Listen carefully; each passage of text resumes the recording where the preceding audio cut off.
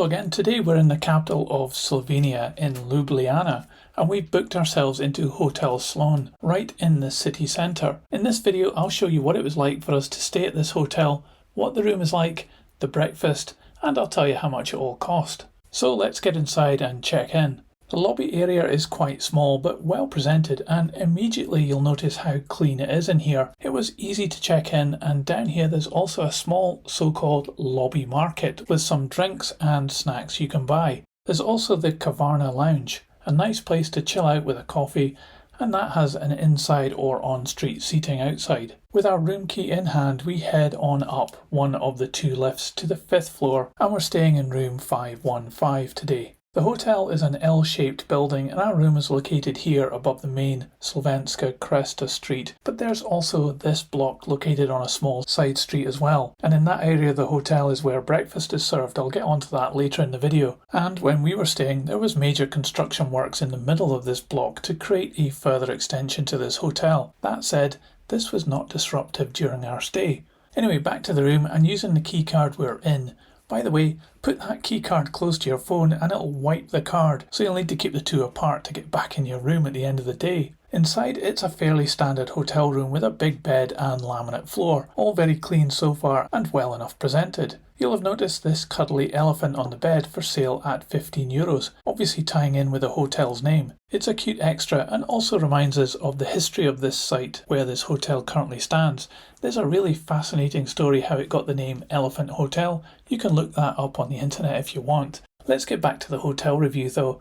On the left as you come in there's a luggage rack, and then on the wall a TV, below the remote on a simple black cabinet that has a couple of glasses and an empty mini fridge. A bin beside it, and you'll see here the trailing power cables up the wall, not very good. Next to it there's a table and a chair with a mirror on the wall. On this we have a desk lamp and a phone, some information and 2 free big bottles of water. These were refreshed during our stay as well. And finally a kettle with some tea and coffees. All very clean in here. 3 drawers underneath, nothing in here though. Turning to the other side of the room, there's a floor lamp in the corner, and then some old-fashioned looking half-circle bedside tables. Note there's power outlets on the headboard, but weirdly positioned so when you plug your phone, the plug is under your pillow, so you could knock it out during the night. Anyway, we have comfortable pillows and clean bedding.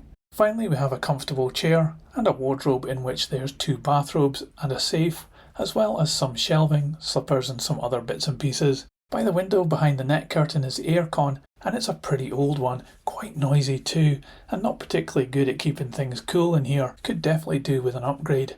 No view out the window. We are in the city centre though, but yet the soundproofing up here is good and we didn't hear any sounds from the streets below. Let's check out the bathroom. All seems well presented in here, but does look a bit dated. A terrible hairdryer on the wall here, along with a shaving mirror, tissues and 2 glasses. The sink is very clean, although it does have some scratches on it. The tap is clean, but this was kind of broken in our room. It didn't work that well. L'Occitane toiletries throughout are a nice touch. Underneath is an old radiator, rusty wall brackets and the usual bin. The shower is clean and worked really well, and again with L'Occitane toiletries. Shower door looks a bit worn down here though. Finally, lots of clean fluffy towels, also regularly renewed. Just a quick note on the Wi-Fi. It was easy to connect to with the password in the room, but I did a couple of tests and it was really slow. So much so we gave up and just used our phone's 5G network. Definitely not high-speed internet as advertised. So that's our room for the night. I'll see you in the morning for breakfast. Good morning, we slept very well and we're now down on the 1st floor heading past the conference rooms towards the breakfast area. It's a typical buffet style breakfast with a typical selection of cereal, fruit, cold meat and cheese, and some hot food options too.